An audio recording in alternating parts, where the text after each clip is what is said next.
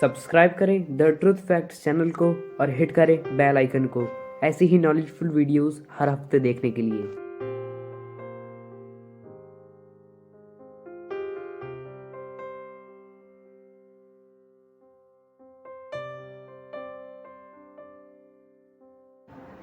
इतिहास स्वयं को सदा दोहराता है, पहली बार एक ट्रेजेडी की तरह और दूसरी बार एक मजाक के तौर पर।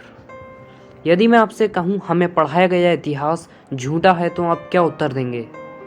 या मैं दूसरे शब्दों में कहूँ तो ऐसा होगा कि मानो इतिहासकार ये जानने देना ही नहीं चाहते थे कि आने वाली जनरेशन्स को असली इतिहास का पता चल सके। आज इसी विषय पर हम चर्चा करेंगे और आपको एक कुछ ज़रूरी तथ्य भी बताएंगे। तो फिर दोस्तों चलिए आज की केस स्टडी फिर शुरू करते हैं। लेकिन यदि आपको इतिहास के बारे में जानना पसंद है तो इस वीडियो को अंत तक ज़रूर देखिएगा।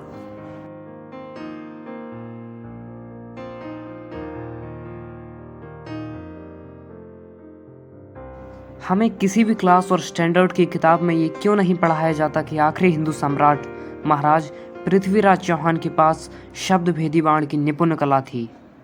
वो बिना देखे किसी भी वस्तु पर निशाना लगा सकते थे। अगर ये बात आपको ज़्यादा चौंका देने वाली नहीं लगती तो हम आपको बता दें ये कला इतिहास में सिर्फ दो लोगों के पास ही रही है। एक मर्यादा पुरुषोत्तम भगवान श्री राम के पिता दशरथ के पास और दूसरी महाराजा पृथ्वीराज चौहान के पास। मैं ये दावा करता हूँ कि आप ऐसे 99% लोगों ने ये बात किसी भी स्कूल, कॉलेज या फिर यूनिवर्सिटी की किसी भी टेक्स्ट बुक में नहीं पढ़ी होगी। हमें यह तो रटवा दिया गया कि ताज किसने बनवाया, क्यों बनवाया, किसके लिए बनवाया और कब बनवाया, लेकिन कभी ये क्यों नहीं पढ़ाया गया कि वीर राजा महाराणा प्रताप ने हल्दी घाटी के युद्ध में बीच मैदान में अकबर के सेनापति बहलोल खान को उसके घोड़े समेत अपनी 70 किलो की तलवार से 2 टुकड़ों में काट दिया था। जी हाँ, जिस अकबर को आज आप वीर मानते हैं, जिस जलालुद्दीन मोहम्मद अकबर को आज आप अपना हीरो मानते हैं, वही अकबर इस युद्ध के बाद लाहौर भाग गया और फिर कभी भी उसने भारतवर्ष की तरफ आंख उठाकर नहीं देखी। क्या आपने ये सब अपनी किसी भी टेक्स्ट बुक में पढ़ा है?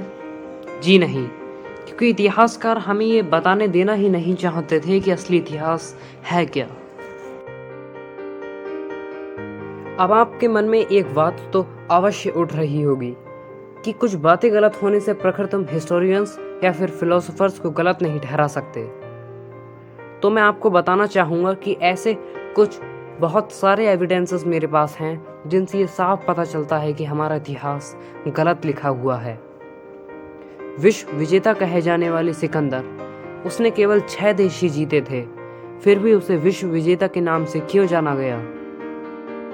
दोस्तों, क्या आपको कभी भी टेक्स्ट बुक में ये पढ़ाया गया है कि जब अकबर भारतवर्ष पर राज कर रहा था तब सारे भारत के राजा अकबर के सामने सर झुकाते थे, उसकी गुलामी के लिए तैयार रहा करते थे, पर एक वो वीर मेवाड़ के राजा महाराणा प्रताप ही थे जो अकबर के सामने अकेले खड़े थे। 25-25 किलो की 2 तलवारें जब म्यानों से निकलती थीं तो अकबर जैसे दुश्मन थर थर कांपते थे। 80 किलो का भाला, 70 किलो का कवच, 7.5 फीट की हाइट वाले महाराणा प्रताप के बारे में क्या आपने ये कभी पढ़ा है? दोस्तों, खैर मैं भी 9वीं कक्षा में पढ़ता हूँ और मेरी उम्र 14 वर्ष है। मैंने अभी अपनी किसी भी बुक में यह सब कभी भी नहीं पढ़ा। यदि आपने पढ़ा हो तो आप कमेंट बॉक्स में ज़रूर लिखिएगा। शायद अगर तब महाराणा प्रताप, छत्रपति शिवाजी, पृथ्वीराज चौहान, विक्रमादित्य जैसे वीर राजा ना होते तो शायद आज हम अपना अस्तित्व खो चुके होते। दोस्तों, हम अपने टॉपिक की तरफ बढ़ते हुए एक और बार आखिरी चीज़ पर नज़र डालेंगे।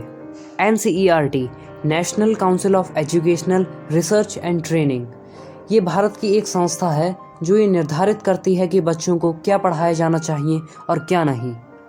उसने 12वीं क्लास के NCERT की बुक में यह लिखा है कि कट्टर मुसलमानी शासक शाहजहां यहाँ तक कि सारे मुगल राजाओं ने हिंदू मंदिर बनवाए थे, उनकी मरम्मत करवाई थी और उनके रिस्टोरेशन में पैसे भी दिए थे।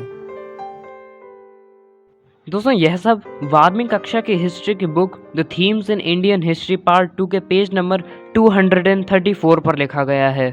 आप चाहें तो इसे नेट पर भी सर्च कर सकते हैं।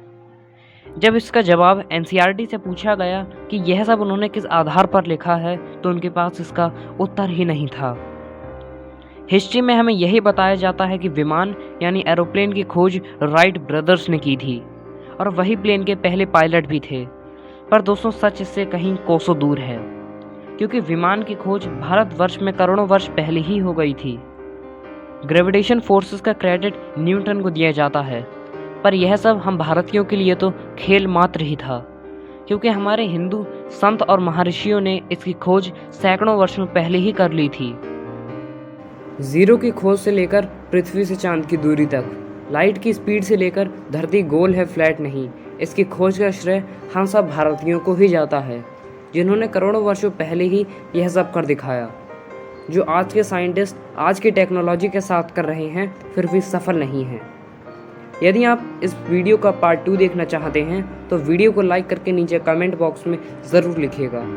चैनल को सब्सक्राइब, वीडियो को लाइक और शेयर करना मत भूलिएगा। सच्चाई पूरी दुनिया को पता चलनी चाहिए। आपका यह वीडियो देखने के लिए बहुत बहुत धन्यवाद। हम अपनी अगली वीडियो में मिलते हैं। तब तक के लिए नमस्कार, धन्यवाद, वंदे मातरम। आप हमें टेलीग्राम, इंस्टाग्राम और डेली मोशन पर भी फॉलो कर सकते हैं। आप हमारी ऑफिशियल वेबसाइट को भी विजिट कर सकते हैं। चारों के लिंक डिस्क्रिप्शन बॉक्स में हैं।